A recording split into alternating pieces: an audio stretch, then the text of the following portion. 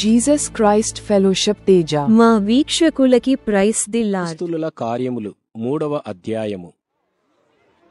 ఒకరోజు పేతురు, యోహాను పగలు 3 గంటలప్పుడు మందిరానికి వెళ్తున్నారు.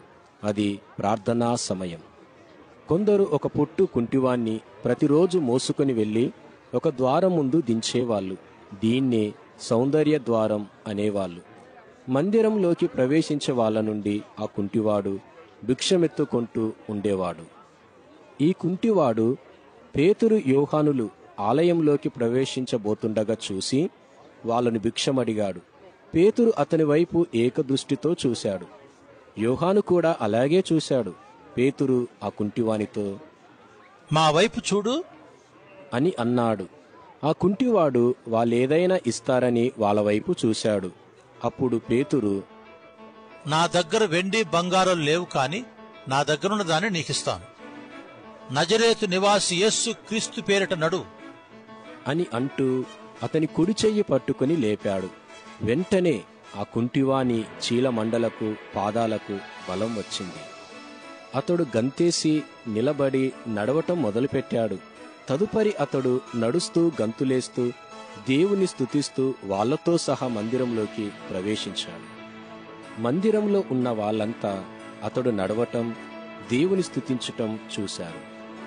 భిక్షమెత్తుకోవటానికి మందిరంలోని సౌందర్య ద్వారం ముందు కూర్చునేవాడు అతడేనని గుర్తించారు.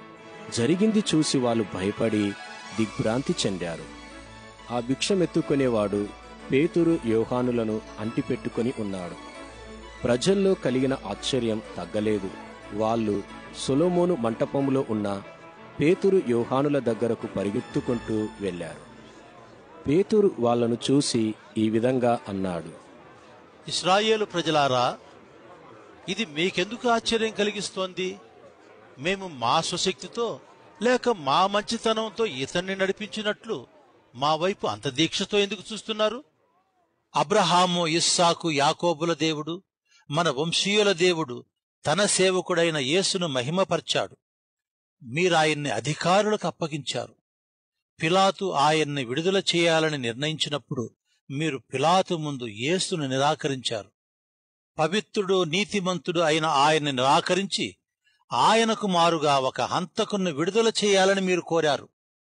మీరు మీకు నిత్య జీవాన్నిచ్చే దాతను చంపారు. కాని దేవుడు ఆయన్ని చావు నుండి బ్రతికించాడు. మేము దీనికి సాక్షులం.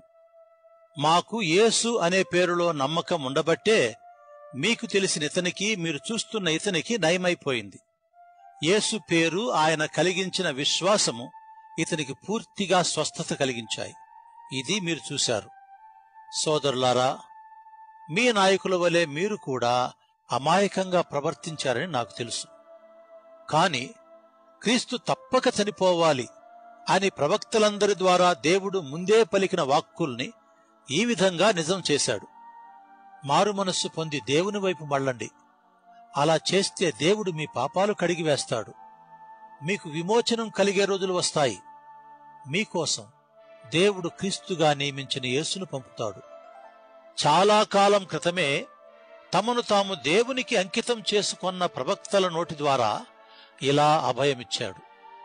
సర్వం పునఃస్థాపితం చేసే కాలం వచ్చే వరకు యేసు పరలోకంలోనే ఉండాలి.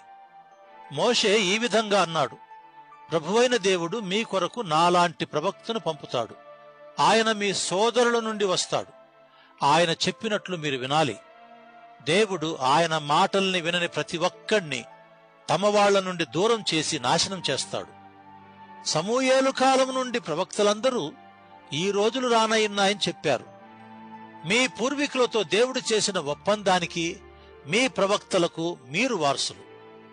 దేవుడు అబ్రహాముతో, నీ వంశీయుని ద్వారా భూమి మీద ఉన్న ప్రజలందర్నీ దీవిస్తాను అని అన్నాడు.